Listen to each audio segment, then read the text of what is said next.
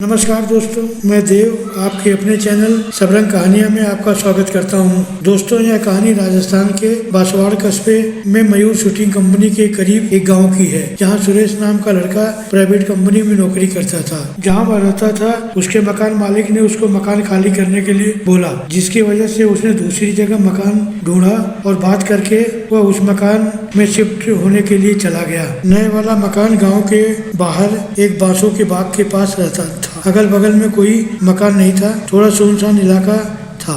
सुरेश ने TV connection के लिए फिटिंग करने के लिए एक बंदे को बुलाया और टीवी कनेक्शन करवा लिया। सुरेश के साथ उसका दोस्त जयराम भी रहता था, लेकिन अभी वह गांव गया था, इसलिए सुरेश अभी उस मकान में अकेले ही रह रहा था। रात में टीवी चालू कर सुरेश बालिका बधू सीरियल देखने के लिए तैयार हो गया।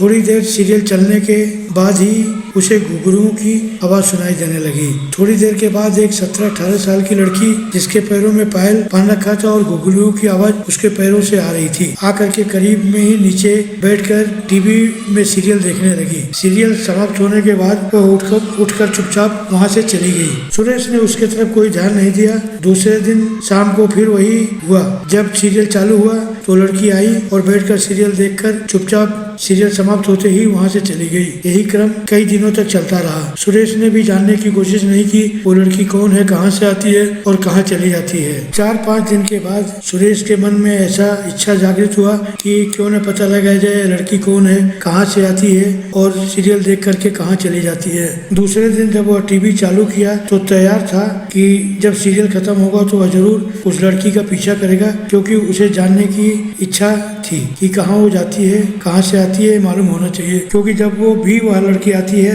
तो मेन गेट नहीं खुलता था, वह कहाँ से आती है समझ में नहीं आ रहा था। जब सीरियल खत्म हुआ तो वह लड़की बिना किसी आवाज के वहां से उठकर बाहर की तरफ जाने लगी। कुछ देर के बाद सुरेश ने भी उस लड़की का बाहर निकल करके पीछा किया। वह लड़की थोड़ी आगे जाते हुए दिखी।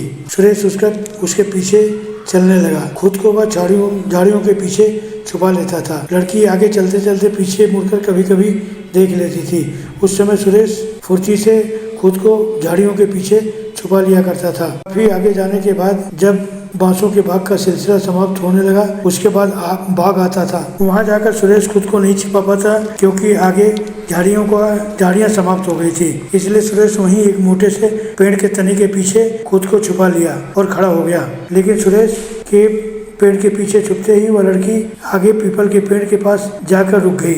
उस लड़की ने पीछे मुड़कर चारों तरफ घूम के एक बार मुआयना किया कि कोई उसे देख तो नहीं रहा है। आश्वस्त होकर के वह लड़की पीपल के पास और आगे बढ़ी। फिर वह लड़की गजब की फुर्ती के साथ उल्टा पेड़ पर चढ़ने लगी। यह देखकर सुरेश डर के मारे वहां से बिना मुड़े और बिना आवाज किए पीछे की घर की तरफ दौड़ लगा दिया। घर तक पहुंचने के पहले उसने मुड़कर भी पीछे नहीं देखा और उसी समय अपना सामान पैक करके वह मकान और वह गांव दोनों को छोड़कर वहां से दूर चला गया, क्योंकि वो सोच रहा था कि अगर ऐसे ही चलता रहा तो किसी दिन वह मुझे भी कुछ नुकसान पहुंचा सकती है। जाते जाते वह जयराम को भी भूल गया कि वह भूल कर भी उस गांव में या उस कंपनी में कभी ना जाए। दोस्तों, मिलते हैं अगले कहानी में। धन्यवाद।